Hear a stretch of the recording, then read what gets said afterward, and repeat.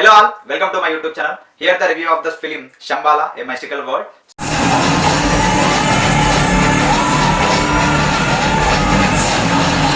So ఒక మాటలో చెప్పాలి అంటే సినిమా చాలా బాగుంది.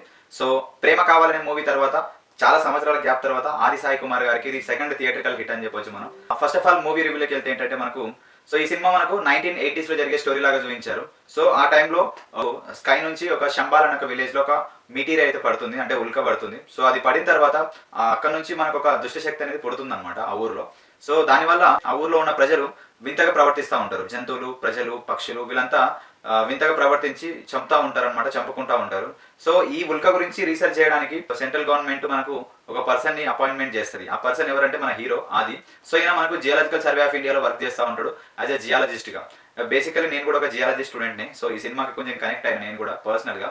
సో ఎందుకంటే ఏదైనా రాక్స్ గురించి లేదంటే ఫజిల్స్ గురించి స్టడీ చేసేటప్పుడు సెంట్రల్ గవర్నమెంట్ మనకు జియాలజిస్ట్నే మనకు అపాయింట్మెంట్ చేస్తుంది కదా. సో ఈ సినిమాలో మన హీరో ప్లే చేసిన క్యారెక్టర్ కూడా ఒక జియాలజిస్ట్ క్యారెక్టర్. సో అది దాని గురించి మనోడు మన ఊరికి వస్తాడనమాట, శంబాల్ అనే ఊరికి. సో అక్కడ తను ఎదుర్కొన్న కాన్సిక్వెన్సెస్ ఏంటి. సో ఎప్పుడు సైన్స్ కంటే, శాస్త్రం కంటే సైన్సే గొప్పదని నమ్మే మన ఆది సో శాస్త్రము సైన్స్ రెండు ఒకటే, సో అవి రెండు ప్రతిరూపాలు అని ఎలా కన్విన్స్ అయ్యాడు అనేది మనకు స్క్రీన్ మీద క్లియర్ గా చూపిస్తారనమాట. ఇది ఈ సినిమా స్టోరీ.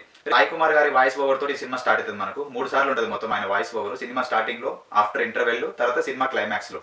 సో ఈ 3 వాయిస్ ఓవర్లతోటే ఈ సినిమా స్టోరీని మనకు ఆడియన్స్ కి కనెక్ట్ చేయడానికి ట్రై చేస్తారు. సో అంధకాసురుడు అనే ఒక రాక్షసుడు ముల్లోకాల్ని శాసించాలనే ఉద్దేశంతో ప్రపంచం మీద మొత్తం యుద్ధం చేశాడనమాట. అప్పుడున్న దేవతలు, ముల్లోకాల ప్రజలు భయపడి శివుని ప్రార్థిస్తే సో ఆయన ఉగ్రరూపం దాల్చి అంధకాసురుని చంపేస్తాడు. సో అది ఈ స్టోరీకి మూలం అని చెప్తారనమాట. సో అక్కడ నుంచి ఒక 2 శక్తులు భూగర్భంలోకి చొచ్చుకెళ్తాయి అనమాట. ఒకటేమో వాస్తుశాస్త్రం అయితే ఇంకొకటేమో మనకు దుష్ట శక్తులకు సంబంధించినది ఒకటి ఉంటుంది అనమాట. సో ఇవి రెండు మనకు స్టోరీకి ఎలా కనెక్ట్ అనేది మనం ముందు చూద్దాం. ఆది సాయి కుమార్ గారు చాలా సెటిల్డ్ పర్ఫార్మెన్స్ చేశారు ఆఫ్టర్ సో మెనీ ఇయర్స్ అనమాట. ఆయన సినిమాలు థియేటర్లో రిలీజ్ అవుతున్నాయి, వస్తున్నాయి, పోతున్నాయి, కానీ ఏది హిట్ అవ్వట్లేదు. సో ఎలాంటి బ్యాక్గ్రౌండ్ లేకుండా వచ్చిన హీరోలు కూడా స్టార్ హీరో లాగా ఎదిగారు. బట్ ఒక మంచి స్టార్ హీరో బ్యాక్గ్రౌండ్ నుండి, మంచి ఒక సినిమా ఫ్యామిలీ బ్యాక్గ్రౌండ్ నుండి కూడా ఇండస్ట్రీలో నిలదొక్కోవడానికి ట్రై చేసిన ఆది గారికి శంబాలా అనే ఫిల్మ్ చాలా సూపర్ హిట్, ఒక మంచి కంబ్యాక్ అని చెప్పొచ్చు అనమాట. And at the same time ఈ సినిమాలో హీరో ఇన్వెస్టిగేషన్ చేసేటప్పుడు ఆ విలేజ్ లో ఆయనకు సపోర్టింగ్ గా మనకు కానిస్టేబుల్ హనుమంతు అని ఉంటాడు, ఒక భయపడే క్యారెక్టర్ ఇది. సో ఈ సినిమాలో కొంచెం మనం ఎమోషనల్ గా ఒక డివైన్ పర్పస్ గా చెప్పుకోవాలంటే ఈ క్యారెక్టర్ గురించి చెప్పుకోవచ్చు. ఆయనకు ఒక కూతురు ఉంటుంది, ఆర్టిజన్ తోటి బాధపడే కూతురు. సో కానీ తనకు ఏదైనా చూస్తే మంచిగా డ్రా చేసే క్యారెక్టర్ ఉంటుంది ఈ హనుమంత్ క్యారెక్టర్ కూతురికి. ఆ క్యారెక్టర్ అంటే ఆ చిన్న పాప ప్లే చేసిన క్యారెక్టరే మనకు సినిమాలో చాలా ఇంపార్టెంట్ అవుతుంది అనమాట. మనకు అర్చన అయ్యర్ గారు హీరోయిన్ ఉన్నారు. సో ఆమె క్యారెక్టర్ పేరు వచ్చేసి ఇక్కడ దేవి. సో మధ్యలో వచ్చిపోతా ఉంటుంది ఈ క్యారెక్టర్.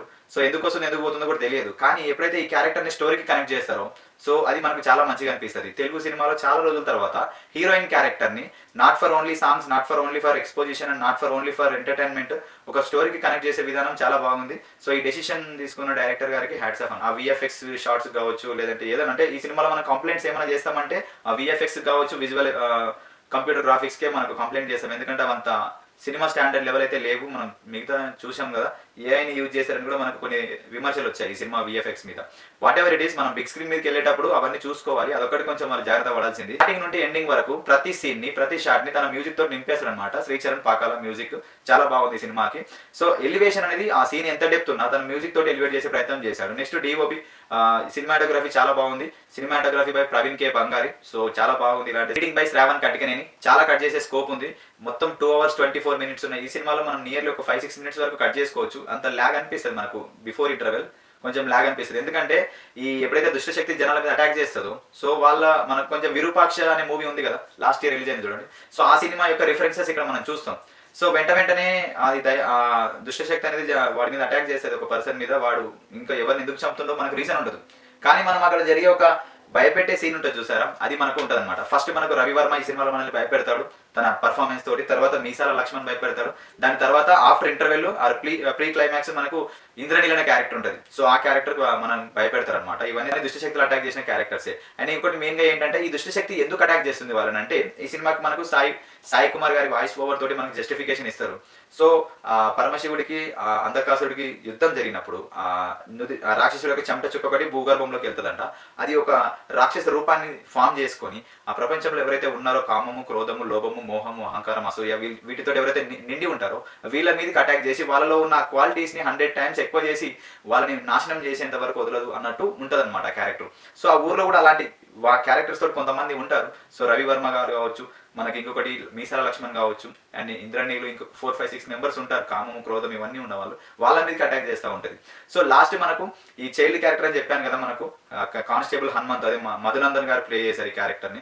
సో ఆయన కూతురు, ఆయన చిన్న పాపకు కూడా అటాక్ చేస్తుంది అనమాట. ఆమెని ఇలాంటి పరిష్కారం నుంచి ఎలా బయటపడాలని ఆలోచిస్తున్నప్పుడు ఆ ఊరి పెద్దలు ఒక నిర్ణయం తీసుకుంటారు. దాన్ని మన హీరో కాదంటాడు. సో దానికోసం తను చేసిన పోరాటం ఏంటి, సో అక్కడ వాళ్ళకి ఎలాంటి మరి ఆ దుష్టశక్తిని స్టాప్ చేయాలంటే ఎలాంటి డెసిషన్ తీసుకోవాల్సి వచ్చింది అనేది సినిమా చూస్తే మనకు క్లియర్గా అర్థమవుతుంది. ఇంతకు మించి ఏం చెప్పినా మనకు స్పాయిలర్ అవుతుంది. సో ఎందుకంటే ఇది ఒక సైన్స్ ఫిక్షన్ స్టోరీ అని కూడా మనం చెప్పవచ్చు దీన్ని, కొంచెం మైథలాజికల్గా.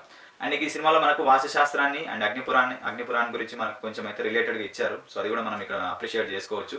అండ్ ఇక్కడ ఈ క్యారెక్టర్లో మనకు sarpanch character played by Shiju Menon, and ఆయన కొడుకు character played, Balu character played by Sivakarthik, and sarpanch character wife ఆమె మనకు బాహుబలి ప్రియా ఉంటుంది కదా, సో ఆమె కూడా మనకు ఇక్కడ కనిపిస్తారు ఈ సినిమాలో. సో ఆమె కూడా మనకు అదృష్టశక్తి అటాక్ చేస్తారు. ఇక టెక్నికాలిటీ పరంగా వచ్చుకుంటే మనకి ఏంటి నుంచి, సో యుగంధర్ ముని, సో డెబ్యూ డైరెక్టర్, చాలా మంచిగా తీశారు ఈ సినిమాని ఆయనకున్న రిసోర్సెస్ ద్వారా. సో అంటే మనకి సినిమా ఎక్కడ బోర్ కొట్టదు, కొంచెం లాగ్ అనిపిస్తుంది, కానీ తన విజువల్స్ తోటి, తన స్టోరీ టెల్లింగ్ తోటి సినిమాని మనం మెస్మరైజ్ చేస్తారనమాట. సో కాకపోతే ఆది సాయి కుమార్ గారు ఏంటి మరి ఇంత స్లోగా ఉండడం అనిపిస్తుంది ఈ సినిమాలో. కాకపోతే అది 1918 కాబట్టి ఆ క్యారెక్టర్ అంత సెటిల్గా పర్ఫార్మెన్స్ ఇచ్చారు ఆయన. అండ్ ఇంకొకటి వచ్చేసి ఏంటంటే ప్రొడ్యూసర్స్, సో మహీందర్ రెడ్డి, రాజశేఖర్, అన్నబి మోజుమ్, సో వాళ్ళు కూడా చూస్తుంటే కొత్త ప్రొడ్యూసర్ లాగానే కనిపిస్తుంది. ఓకే, సో మొత్తం ఓవరాల్ గా చూసుకుంటే సినిమా మనకు ఆడియన్స్ కి అయితే ఒక విజువల్ ఫీస్ట్ అయితే ఉంటుంది. ఈ వీకెండ్ ని, ఈ మంత్ ఎండ్ ని, ఈ ఇయర్ ఎండ్ ని మీరు మంచిగా ఎండింగ్ చేయాలనుకుంటే మాత్రం ఖచ్చితంగా సినిమా థియేటర్కి వెళ్ళి ఫ్యామిలీతో వెళ్ళి ఈ సినిమాని అయితే చూడొచ్చు. చిన్నపిల్లలతోటైనా కానీ మరి అంత లెవెల్లో భయపెట్టేది ఏం లేవు. మనం ఆల్రెడీ ఎన్నో హారర్ సినిమాలు చూసాం కదా, సో నెక్స్ట్ ఇది భయపడుతుంది, ఇట్లా వస్తుంది, ఇక్కడ దయ్యం మన ముందే వచ్చి ఓపెన్ అవుతుంది అని అనుకుంటాం, కానీ అలాంటివి ఏముండవు ఈ సినిమాలో. అక్కడక్కడ పడతాయి. మనం ఎక్స్పెక్ట్ చేసిన దానికంటే కొంచెం డిఫరెంట్ చేయాలని ట్రై చేసిండు, అదే మనకి సినిమాకి ప్లస్ పాయింట్ అయింది. కాకపోతే విజువల్ కొంచెం మనం అడ్జస్ట్ అవ్వాలి. ఓకే, మనం ఇంతకుముందు చూసిన సినిమాలు ఏవైతే మనం ఎక్స్పెక్ట్ చేస్తామో హారర్ థింగ్స్ని, ఇక్కడ కూడా సేమ్ ఉంటాయి, కాకపోతే కొంచెం రొటీన్ ఉంటాయి అనమాట. సో ఇది మనకు ఈ సినిమా గురించి. సో ఓవరాల్గా చెప్పాలి అంటే శాస్త్రమైన సైన్స్ అయినా రెండు ఒక్కటే, ఇవి రెండు నిజానికి ప్రతిరూపాలు అని చెప్పే ప్రయత్నం అయితే చాలా బాగుంది.